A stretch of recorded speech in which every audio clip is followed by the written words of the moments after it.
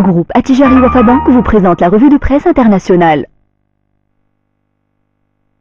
On commence avec le quotidien Le Soir qui titre « Retour en force des diplômés chômeurs ». C'est à Rabat que des chômeurs ont pris d'assaut l'annexe du ministère de l'Éducation nationale depuis jeudi dernier. Ils menacent de s'immoler par le feu si le gouvernement d'Abdillah Ben Kiran ne les intègre pas dans la fonction publique.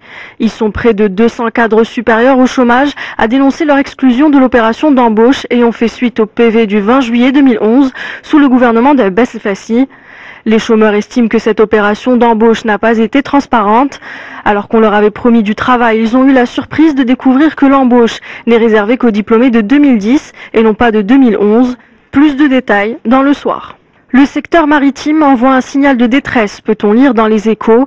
Les professionnels perdent du terrain au profit des concurrents espagnols et se tournent vers les autorités publiques. Avec la libéralisation du secteur, ils demandent la mise en place d'un contrat-programme. Avec un réel manque de compétitivité, un régime fiscal défavorisant et une libéralisation du secteur ratée, les Espagnols pourraient se retrouver dans une situation de monopole. Les ports marocains seraient alors désertés vers les ports de Ceuta et Melilla. Pour améliorer la situation, les professionnels ont adressé un mémorandum au gouvernement. Il y est question entre autres de la création d'un observatoire national maritime et portuaire. Aujourd'hui, le Maroc nous annonce que les grèves dans les collectivités locales vont reprendre cette semaine. La Confédération démocratique du travail observera une grève nationale les 12 et 13 janvier prochains. Le Bureau national a décidé de responsabiliser le ministère de l'Intérieur de tout éventuel dérapage des grèves, conséquence de l'absence de dialogue et de négociation. Le cahier revendicatif des syndicalistes s'articule autour de plusieurs points, notamment la mise en place d'un nouveau statut pour les fonctionnaires des collectivités locales, la création d'une œuvre sociale, la régularisation des fonctionnaires détenteurs de licences et la titularisation des travailleurs temporaires.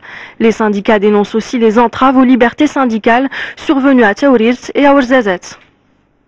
Pourquoi les prix ne baissent pas dans l'immobilier, se demande l'économiste. Le quotidien analyse la situation de ce secteur ville par ville.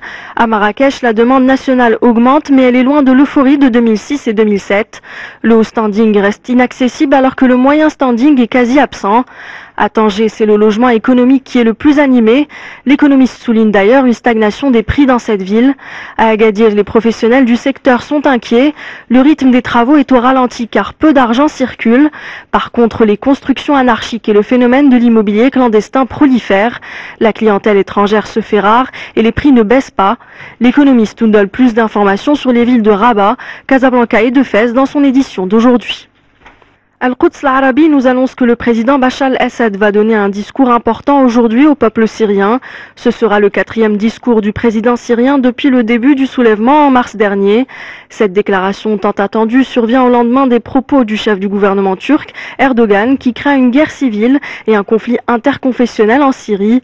Le ministre des Affaires étrangères Davutoglu a quant à lui appelé l'opposition à mener un combat pacifique contre le régime syrien. En revanche, le Conseil national syrien, quant à lui, est très critique à l'égard des dernières actions de la Ligue arabe. Selon le Conseil, le travail des observateurs consiste à donner plus de temps au régime pour réprimer les manifestants. Les premiers rapports des observateurs restent ambigus et ne rendent pas pleinement compte de la situation en Syrie. Les Palestiniens, bientôt plus nombreux que les Israéliens, peut-on lire dans le monde.fr. Selon le bureau des statistiques palestiniens, il y aurait au total plus de 11 millions de Palestiniens en Cisjordanie, à Gaza, en Israël et dans les pays arabes voisins. Selon ce même bureau, le nombre de Palestiniens pourrait augmenter dans les années à venir. Ce nombre égalera celui des Israéliens juifs en 2015, puis le dépassera en 2020, soit plus de 7 millions de Palestiniens en 2020. Ces chiffres restent tout de même contestés puisque le taux de fécondité tend à se normaliser chez les Palestiniens. Mais comme le montrent d'autres études et statistiques, la population juive reste tout de même minoritaire en Palestine.